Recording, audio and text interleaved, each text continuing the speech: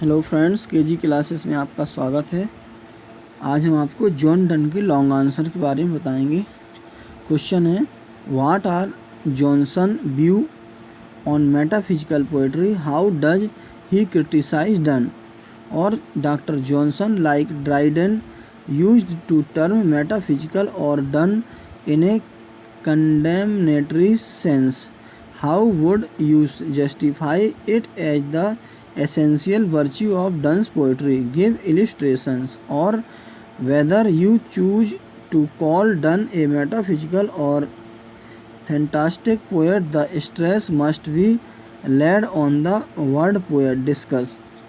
Or a thought to a metaphysical poet was an experience, it modified his sensibility. Discuss with special reference to Donne. Answer है, Dryden said that Donne affects metaphysics not only in his satires but in his amorous verses, where nature only should reign and perplex the mind of the fair sex with nice speculation of philosophy. Dryden was a staunch supporter of rules of composition. When he found the Elizabethan poetry loaded with deep and wild emotions, clashing passions, Dryden could not relish this kind of poetry. Donne was one of the late Elizabethan and wrote poetry of rich ambiguities and complexities. Dryden naturally condemned Donne for not writing plain poetry. He found Donne too complex, baffling, and consequently too difficult to understand. Dr. Johnson, the hanging critic of his times, supported the views of Dryden about Donne. In reviewing the poetry of Cole, Johnson deals with a race of writers whom he describes as metaphysical poets. The main charge that he brings against them in that their main endeavor is to show their learning, with the result that it is far from genuine poetry which they have written. Aristotle defines poetry as imitative art. The metaphysical poet complains Johnson have imitated neither life nor nature. They may be described as bits rather than poets. According to Dr. Johnson, the metaphysical poets seem to pervert and distort bit.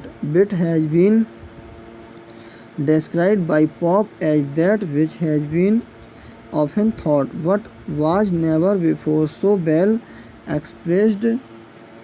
The metaphysical poet, Johnson says, are far from attaining even this kind of bit, which falls short of the mark, for Johnson considers Pope's definition of bit erroneous. Real bit, which is at once natural and new, open its first production acknowledged to be just, is beyond the scope of metaphysical poets. The bit which these poets display is a kind of discordia, concur of combination, a dissimilar images of discovery of occult resemblance of things unlike. They bring together most heterogeneous ideas. They draw their analogies and comparisons from unfamiliar sources. They give plenty of proof of their learning and subtlety, but these do not make poetry. Their aim is to produce something unexpected and surprising, and they cannot therefore move the feeling and sentiments of their readers. Johnson compares them to Epicurean deities, making remarks on the action of man and the vicissitudes of life without interesting the end emotions. Johnson acknowledged their profound but ill-assorted learning and their occasional flash of insight. He acknowledged too that they strike out a new path for themselves by shunning traditional imagery and hackneyed similes, and so he seems to sense a differences between them and the Elizabethan poets. He admires their acuteness and their powers of reflection and comparison. He discovers sometimes genuine wit in them, though it is obscured by grossness of expression. While giving his criticism on Donne's poetry, Johnson is rather hard upon Donne. Medieval mysticism and medieval metaphysicianism are alien to his genius. It is no wonder that he fails to make anything of Donne's metaphysical wit. Donne's metaphysical conceit obscure to Johnson and excellence of his poetry.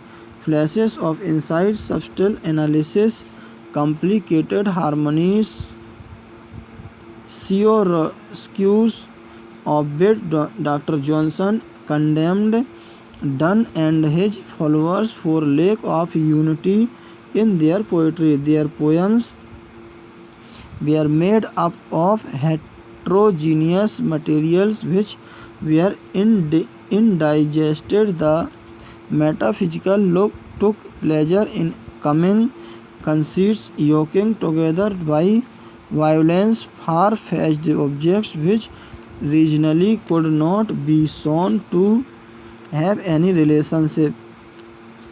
It may be observed that Dr. Johnson was judging Donne's poetry and that of his disciples from the 18th century standpoints of plainness, clarity, and perceptible unity in a poem. In all these points, Donne's poetry was lacking. In his criticism of metaphysical poetry, however, Johnson is fair in certain respect. For example, when he says that the metaphysical poet brings together dissimilar images or discover occult resemblance in things unlike ransack nature and art for illustrations, comparisons, and allusions. He pays tribute to their learning and the surprising effect often produced by their subtlety. Johnson considered the analytical process of thought as non-poetical and subtlety as a parade of learning. All the worse of genuine poetry, he admits the great abilities of metaphysical poets based on novelty and subtlety of ideas and expression. He is affected by the confused magnificence they sometimes produce. Sometimes their conceit conveyed a new and startling experience. Sometimes they struck out unexpected truth. While Dr. Johnson has more to say about the offense of the metaphysical poet, he recognized the talent greatness in them. Johnson's limitations as an 18th century critic may be understood. All that he says about their far-fetched conceit, remote analogies, subtlety, and learning, analytical process of thoughts, heterogeneity of ideas may be admitted by many, but Johnson is limited by the 18th century canons of criticism and also by his own temperament, and it is on account of these factors that he fails to do justice of Donne. First, he has no ear for the subtle and complicated music of Donne's verse. According to Archibald Strong, the music of Donne's verse is often as unearthly as the quality of his thought. Frequently, it baffles the ear, yet much in him that may at first seem dissonance is in reality the subtlest melody. Secondly, Johnson responds little to the richly wrought effect of passion and imagination in Donne's poetry, nor can he appreciate the strangely luminous but multitudinous character of his imagery. The style and structure of Donne's verse are so different from the heroic couplet of Pope and his school, to which Johnson is accustomed, that he finds the verses of the metaphysical, such as stand the trial of the finger, better than of the ear. Next question है, how far do you agree with the view that Donne out Petrarch? Support your answer with illustration. Or Donne's treatment of love is entirely conventional, except when he chooses to dally half ironically with the convention of Petrarch's tradition. Discuss. Answer. Donne as a love poet is singularly original, unconventional, and realistic. His genius, temperament, and learning gave to his love poems power and fascination. There is a depth, that range of feeling unknown to the majority of Elizabethan sonneteers and songwriters. Elizabethan love lyrics before Donne and Ben Jonson were frank imitation of Petrarch, the great Italian lyric poet of the flowering of the Renaissance in the country. In the 14th century, the influence of Petrarch brought a mood of individual self-introspection into the realm of lyric poetry. People became aware of the glories of the life of the senses of body and throbbed with new spiritual awakening. All these found expression in the feeling of love, the attitude of man to woman with admiration for the beauty of the body. Petrarch's lyrics were poems of love treated as human passion, the desire of sexual consummation with women in love. They were poems of sensuous, even sensual emotions. Beside these lyrics were the poems of wooing for love, exhausting the beloved who showed a passing indifference to the lover. What distinguished Petrarch's love poems was their hyperbolic diction, a fantastic exaggeration of passions expressed in the form of highly far-fetched imagery. The love poetry of the Elizabethan followed almost the same mode, same attitude, and the same stylistic manner as Petrarch and his English followers. These conventions did not satisfy the poetic appetite of Donne. He brushed passionately, planting the seed of fresh invention when his fair forerunner had been idealist, Epicurean, or adoring. He was brutal, cynical, and unwittingly realist. Ward, the foremost feature of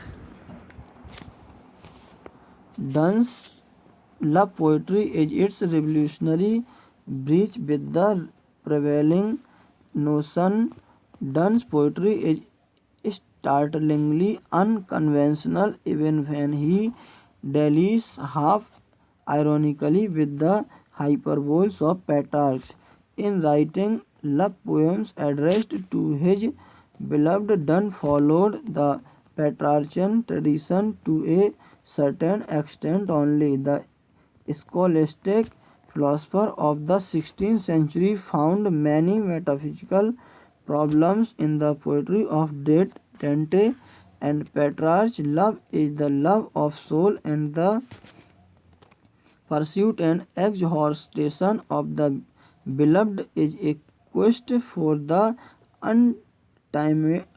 ultimate truth.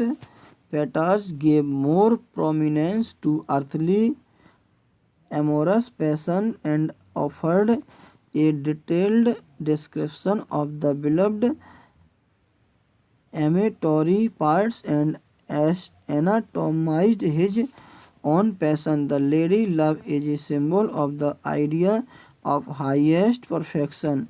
Love becomes a dedication and devotion, unchanging and unflagging. This tradition was divorced from the personal experience of the poet. Donne rebelled against Petrarchianism more than against Petrarch. Donne adapted two characteristics of Petrarch, one the use of conceits and the other a dramatic form.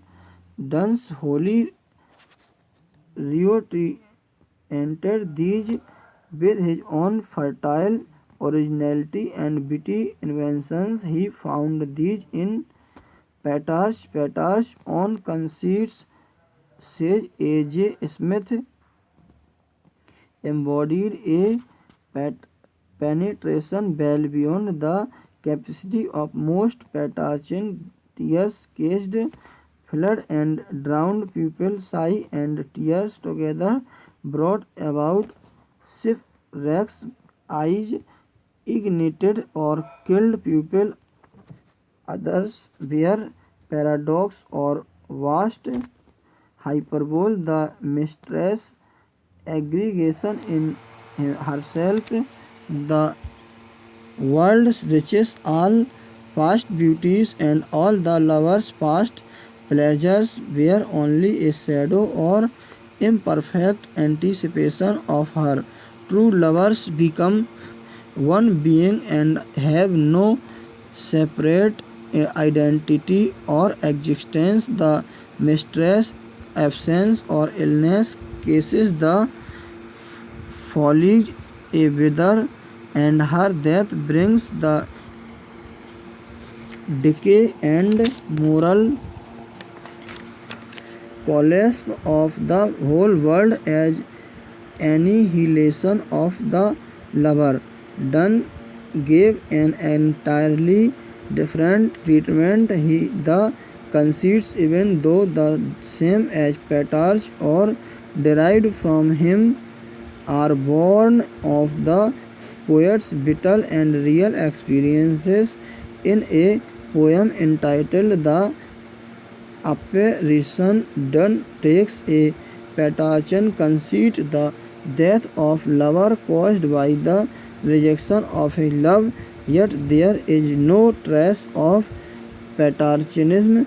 Why, by the scorn, O murderess, I am dead, and that thou thinkest thee free from all solicitation from me, then they shall my ghost come to thy bed, and thee fend vestal in worse arms shall he see.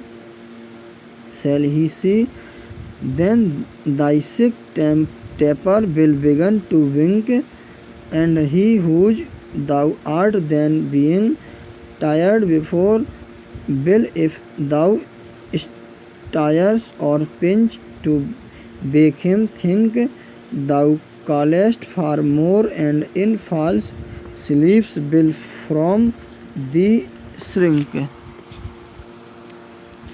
And then poor Aspen raged, neglected, thou bathed in cold quicksilver, sweet built lie a wire ghost. Then what I will say, I will not tell thee now, lest that preserve thee. And since my love is spent, I had rather thou shouldest painfully repent than by my threatening jest rest shall innocent.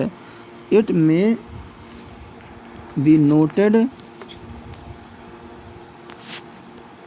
here what is a serious conceit in Petrarch becomes an instrument of mockery. Here is no faithful lady nor a faithful love, both are prone to changing partners. The first line is deliberate parody of Petrarchan conceit, the tone is mocking and the address to the beloved is rough. There is no venerable devotion to be offered to the lady, for she is human and subject to fickleness. Donne's medieval individual attitude, individual voice expressed in an exciting dramatic form, makes the poem anti-Petrarchan. Likewise, the blossom is built upon the Petrarchan theme of extreme faithfulness of the lover or to the beloved, but be note here irony and realism. Donne detached himself from a complete involvement in his personal feeling. The blossom is not a satire on Petrarchan like the indifferent. The poem has the Petrarchan idea of the lover's heart bound for its life with the beloved, and if she refuses or shows indifference, he is doomed to suffer. The familiar Petrarchan blossom, flower, heart, and the image of a true lady are present in the poem, but a twist is given to the argument. It offers a strongly original treatment of the conventional matter. Donne deviates from Petrarch in his treatment of love also, whereas the Petrarchness depicts the mood of pinning in love. Donne celebrates the joy of consummated love as in the good marrow, the sun rising, the ecstasy, and several other poems. The variety of mood and tone of Donne's poem suggests the truth to the poet's living experiences and distinguishes them from those of Petrarchan tradition. In Donne, the mood and tune make his love poem a piece of reality. The convention enjoy a mood of complaint, bowing, or lamentation, but Donne dwells more on the realistic side of love.